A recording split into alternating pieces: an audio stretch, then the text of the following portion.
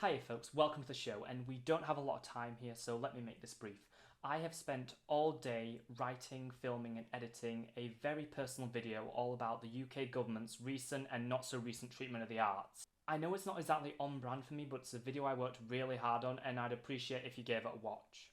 But now is not the time to focus on my corrupt government trying to actively kill the arts. Right now it's time for silly adventures with outrageously well animated ducks. And tonight's episode is Season 3, Episode 11, The Forbidden Fountain of the Foreverglades. Have I mentioned how much I love these episode titles yet? It's a Goldie episode, so naturally I want to see some more development between her and Louis' relationship, but I also want to see her start forming bonds with the other kids because I don't even think she's interacted with Webby yet. Of course, I also want to see something happen between her and Scrooge because if Season 3 is the last, this is most likely Goldie's send-off episode. Alright, that's all I have to say, so let's jump right in. Ooh.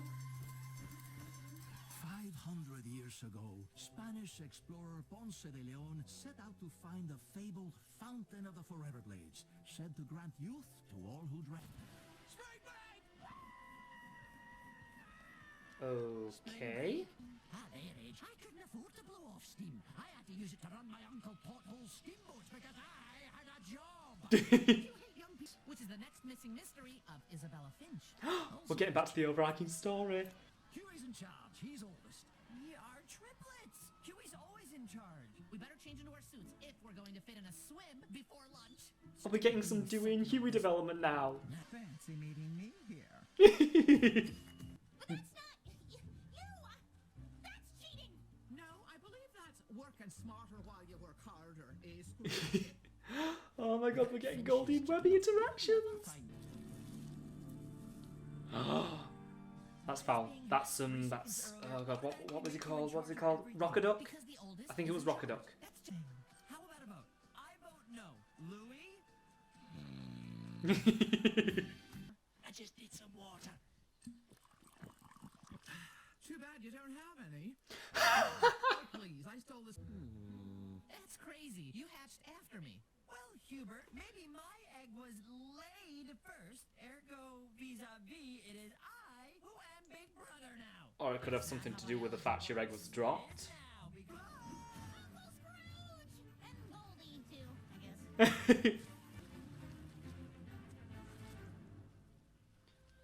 Bless me bagpipes! Great gobs of goblin spit! Do you know what this means? Yup, beating you will be so much easier now. Oh my god, Goldie's hair is so amazing. Thus begins the revenge of John D. Rockaduck. Yes! Got it right. Oh. Oh, Webby. As you're at the schedule, let's go nuts! Lunchtime! Since the spring breakers are in the pool, we'll eat... Do we know?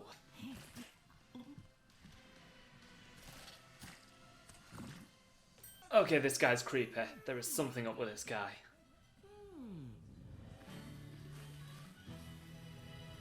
Careful, you newly young whippersnappers! If you fall into this stream, you could be young The hotel turns people old. I love how Webby has to do all the Scroogeisms now.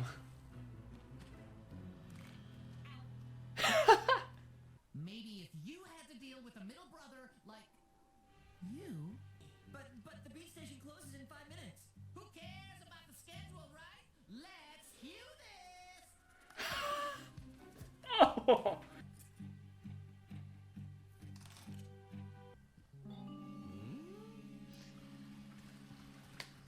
There he is. We've spent our whole lives at each other's throats, Scrooge. But what if we could do it over again, knowing everything we know now, avoiding the same mistakes? This is our chance at Yeah, sport. but no. This is wasted. Paid good money for my youth. I hope you kept the receipt. Yes. Oh, the fountain water's in the pool! Gross! We drink nasty pool people juice. I filter it forever. Join me, and you too can Goldie, benefit from the fountain come on, this is your water. one chance to redeem yourself. He's stealing youth, Goldie. I earned each wrinkle square. It's not fair to pawn them off on someone else. Not even a teenager. Scrooge. What I good is mean, erasing fair. past mistakes if I just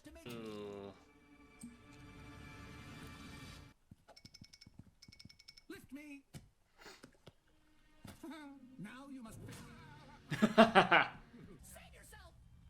I always do.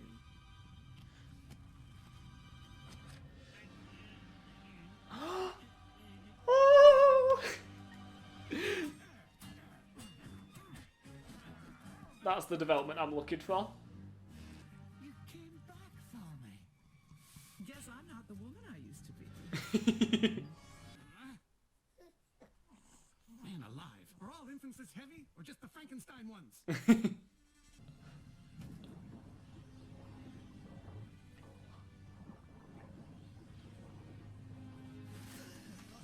He's dead.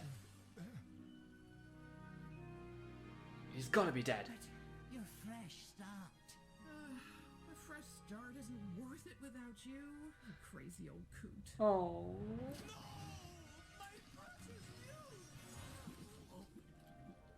Yeah, called it. Called it. I knew he was gonna die. Nailed it. Oh man, someone's gonna need to clean that pool.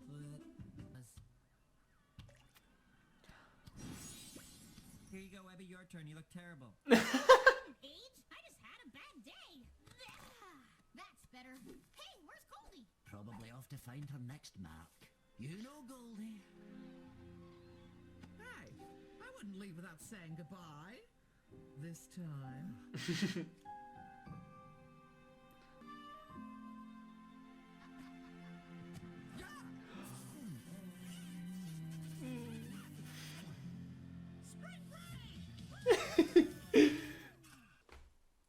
I really needed that. I really needed that today. That was such a good episode.